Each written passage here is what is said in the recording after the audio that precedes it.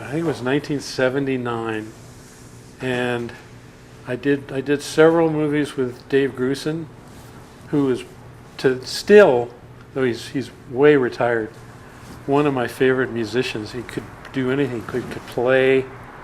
He could play any style. He could write any style. And I did. I'm happy to say I did Milagro Beanfield War, which is the only time he won an Academy Award. None of us could figure out.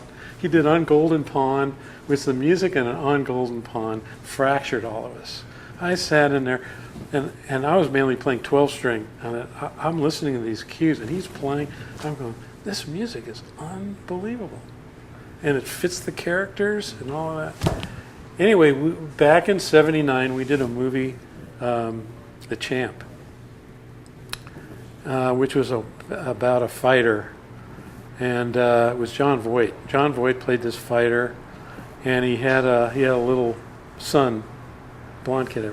I forget his name. He went on to star in other things, but anyway, it was a big orchestra, and the end titles, and it was Franco Zeffirelli, Italian. You know by the name.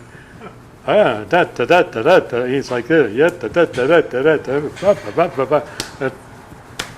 End title. This is it's not even the end title. It's the last scene where John Voight is going to die, and this little kid is trying to wake him up. He's in a coma from a fight. And we were at MGM, which is now Sony. It's in Culver City, big soundstage. All those old MGM movies, the music was recorded in the soundstage. It's a real historic building. Anyway, so we're in there, big orchestra, and Franco and Dave Grusin are in the room with us, and they're watching the film on the screen. They had the dialogue. Normally we don't have dialogue, because doing the music, you can't have dialogue going while you're recording with mics and stuff. So it's normally just the picture, so the conductor can get his cues and all that. Anyway, so the whole orchestra, we're watching this scene where John Voight's dying and the kid's there, and champ, trying to wake him up. It's real sad.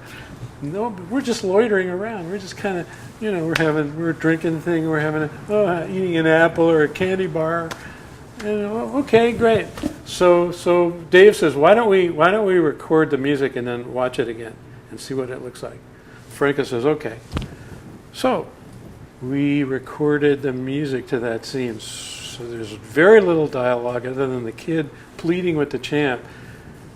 We play this cue that Dave wrote. It's just stunning. It's a stunning cue.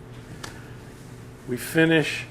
Franco comes out into the room now. The whole orchestra's in the room watching exactly the same scene with the music. Everybody's riveted now. Totally riveted. The orchestra, Dave, and Franco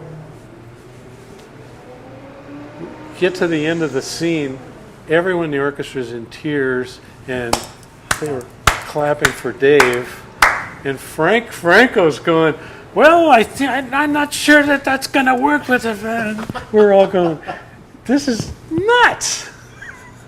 Well, I wonder, from just a perspective of your technique and your attitude in going into projects, do you find that you have to have a different approach when doing, like, you run so many pop tunes? Is that different than going into the movie studio? Oh, well, yeah, it's different in several ways.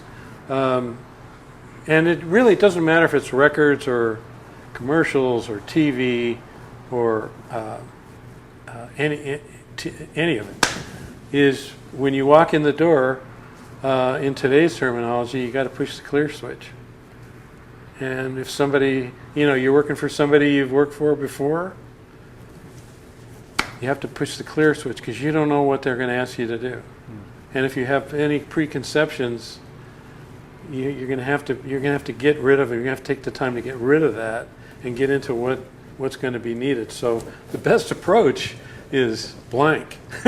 Go in blank. Just, what do you want me to do?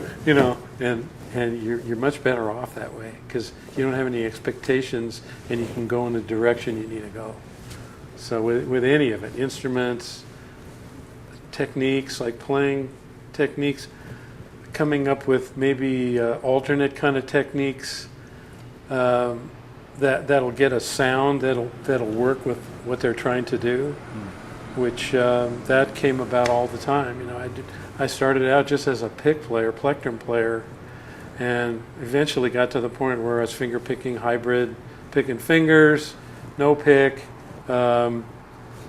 pulling strings like, you know, pop players, country players do that, pulling all of that kind of stuff.